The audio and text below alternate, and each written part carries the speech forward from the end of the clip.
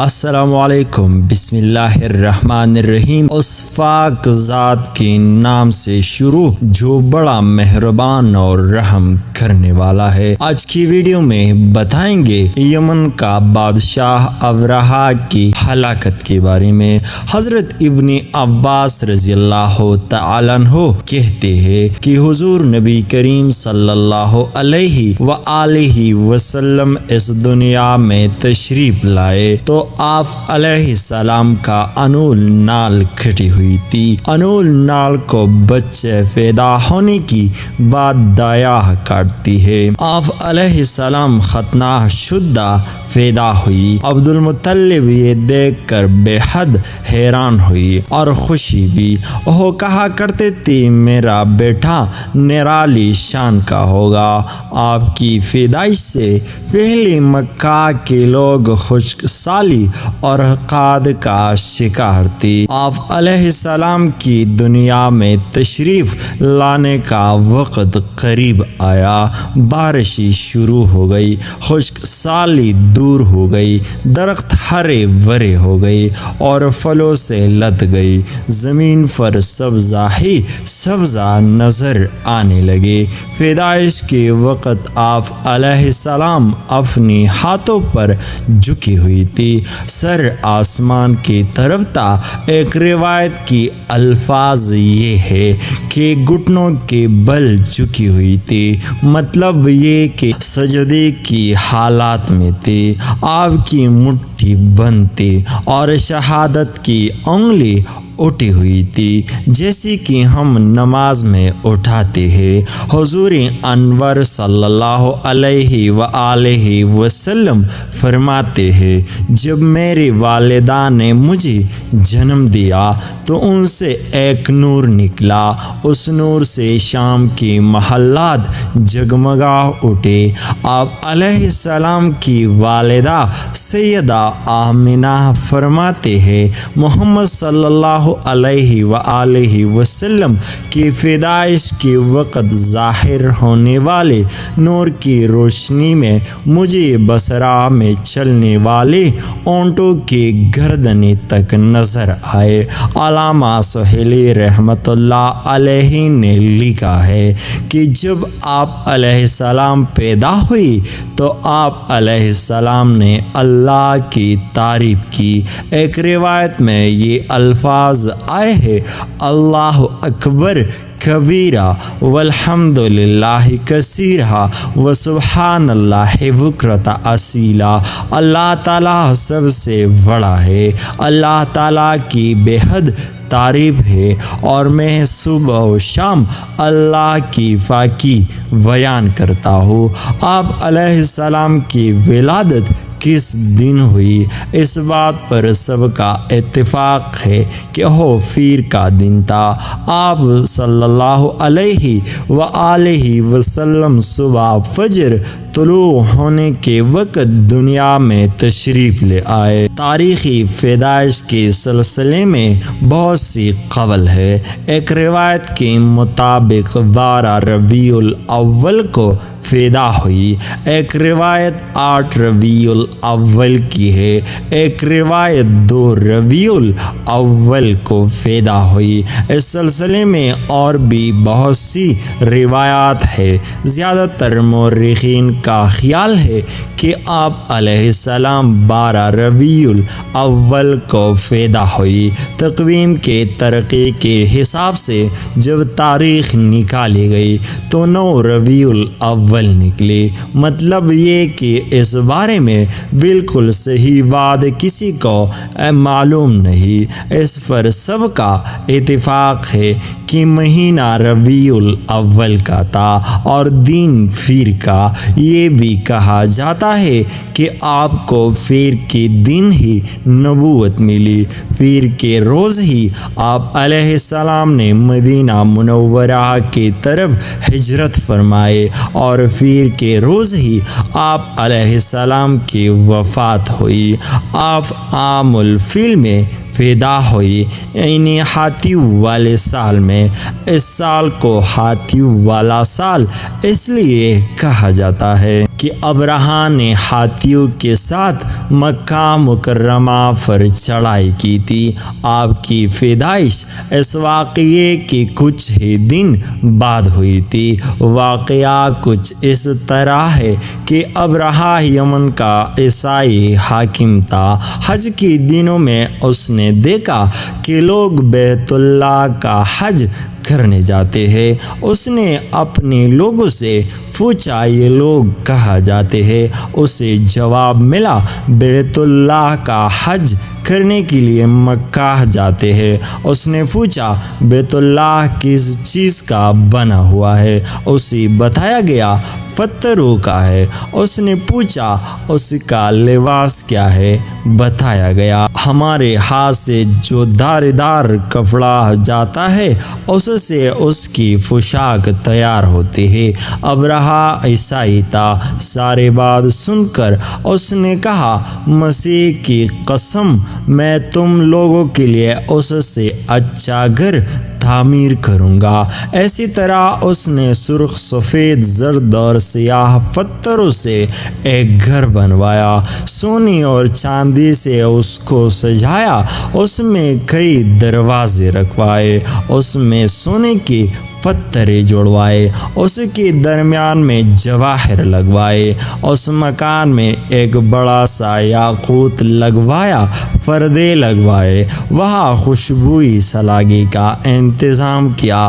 اس کی دیواروں پر اس قدر مشک ملا جاتا تھا کہ وہ سیاہ رنگ کی ہو گئی، یہاں تک کہ جواہر بھی نظر نہیں آتے تھے۔ پھر لوگوں سے کہا اب تمہیں بیت اللہ کا حج کرنے کے لیے مکہ جانے کی ضرورت نہیں رہی۔ میں نے یہی تمہارے لیے بیت اللہ بنوا دیا ہے، لہٰذا اب تم اس کا طواف کرو۔ اسی طرح کچھ قبیلے کئی سال تک اس کا حج کرتے رہے، اس میں اعتکاف کرتے رہے، حج والے مناسک بھی یہی ادا کرتے رہے۔ عرب کی ایک شخص نفیل خشمی سے یہ بات برداشت نہ ہو سکی۔ وہ اس منصوعی خانہ کعبہ کے خلاف دل ہی دل میں گھڑکتا رہا۔ آخر اس نے دل میں ٹھان لی کہ وہ ابرہا کے اس عمارات کو گندہ کر کے چھوڑے گا۔ پھر ایک رات اس نے چوری چھپی بہت سی گندگی اس میں ڈال دی۔ ابرہا کو معلوم ہوا تو سخت غضبناک ہوا، کہنے لگا یہ کارروائی کسی عرب نے اپنے کعبے کے لیے کی ہے، میں اسے ڈھونڈوں گا، اس کا ایک ایک پتھر توڑ دوں گا۔ اس نے شام و حبشہ کو یہ تفصیلات لکھ دی، اس سے درخواست کی کہ وہ اپنا ہاتھی بیچ دے۔ اس ہاتھی کا نام محمود تھا۔ یہ اس قدر بڑا تھا کہ اتنا بڑا ہاتھی روئے زمین پر دیکھنے میں نہیں آیا تھا۔ جب ہاتھی اسی کے پاس پہنچ گیا تو وہ اپنی فوج لے کر نکلا اور مکہ کا رخ کیا۔ یہ لشکر جب مکہ کے قریب بازار میں پہنچا تو ابرہا نے فوج کو حکم دیا کہ انہی لوگوں کے جانور لوٹ لی جائے۔ اس کے حکم پر فوجیوں نے جانور پکڑ لی۔ ان میں عبد المطلب کی اونٹ بھی تھی۔ نفیل بھی اس لشکر میں ابرہا کے ساتھ موجود تھا اور یہ عبد المطلب کا دوست تھا۔ عبد المطلب اس سے ملے اونٹوں کے سلسلے میں بات کی۔ نفیل نے ابرہا سے کہا قریش کا سردار عبد المطلب ملنا چاہتا ہے۔ یہ شخص تمام عرب کا سردار ہے، شرف اور بزرگی ایسے حاصل ہے، لوگوں میں اس کا بہت بڑا اثر ہے، لوگوں کو اچھے اچھے گھوڑے دیتا ہے۔ انہیں عطیات دیتا ہے، کھانا کھلاتا ہے۔ یہ گویا عبدالمطلب کا تعارف تھا۔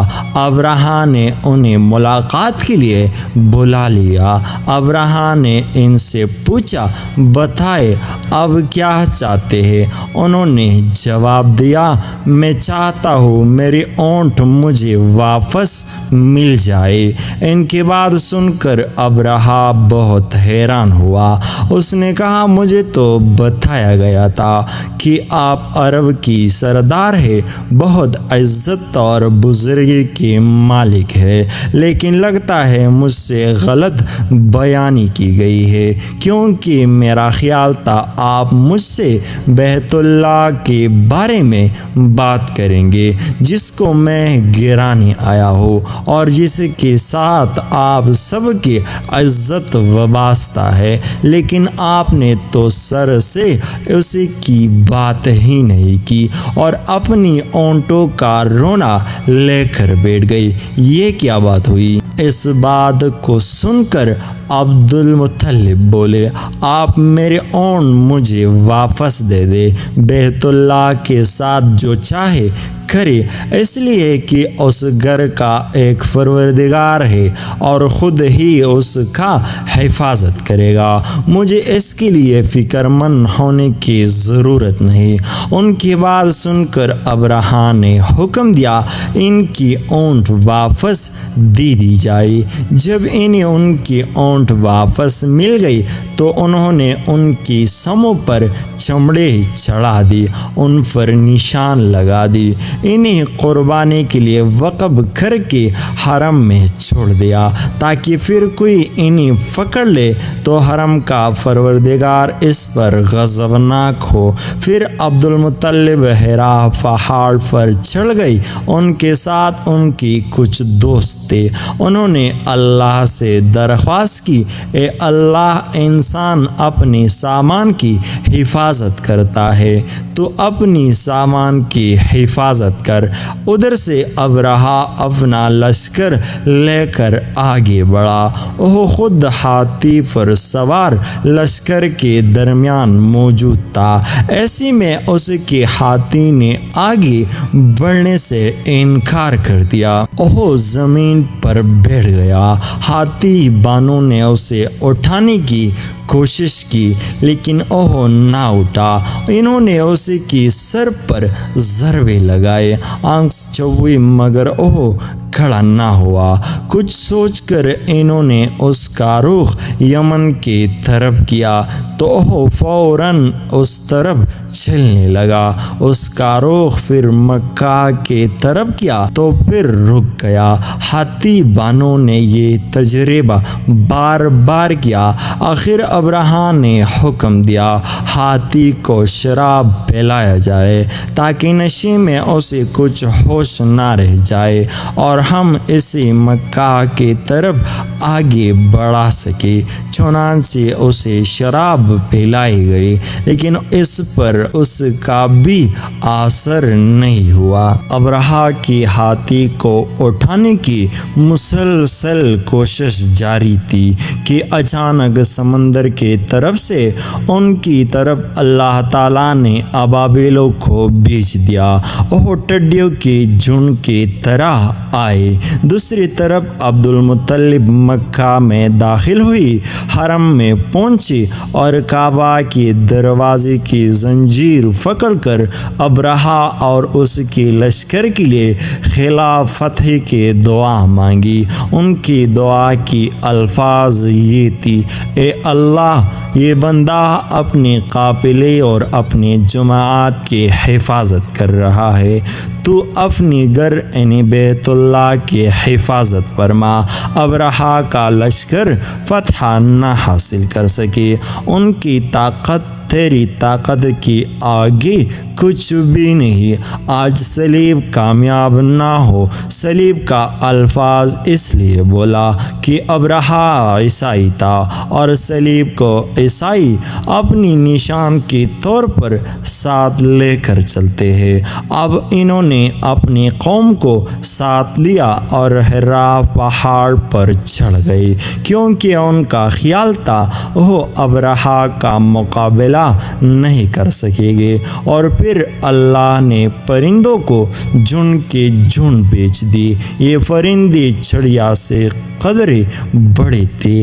ان میں سے ہر پرندے کے چونچ میں پتھر کے 3 ٹکڑے تھے۔ یہ پتھر پرندوں نے ابرہہ کے لشکر پر گرانا شروع کی۔ جنہیں یہ پتھر ان پر گرے ان کے ٹکڑے ٹکڑے ہو گئے، بالکل ایسی طرح جیسے آج کسی جگہ اوپر سے بم گرایا جائے تو جسموں کے ٹکڑے اڑ جاتے ہیں۔ ابرہہ کا ہاتھی محمود البتہ ان کنکریوں سے محفوظ رہا، باقی سب ہاتھی تہس نہس ہو گئی۔ یہ ہاتھی 13 عدد تھے، سب کے سب کھائے ہوئے حسد کے مانند ہو گئے، جیسے کہ سورۃ الفیل میں آتا ہے۔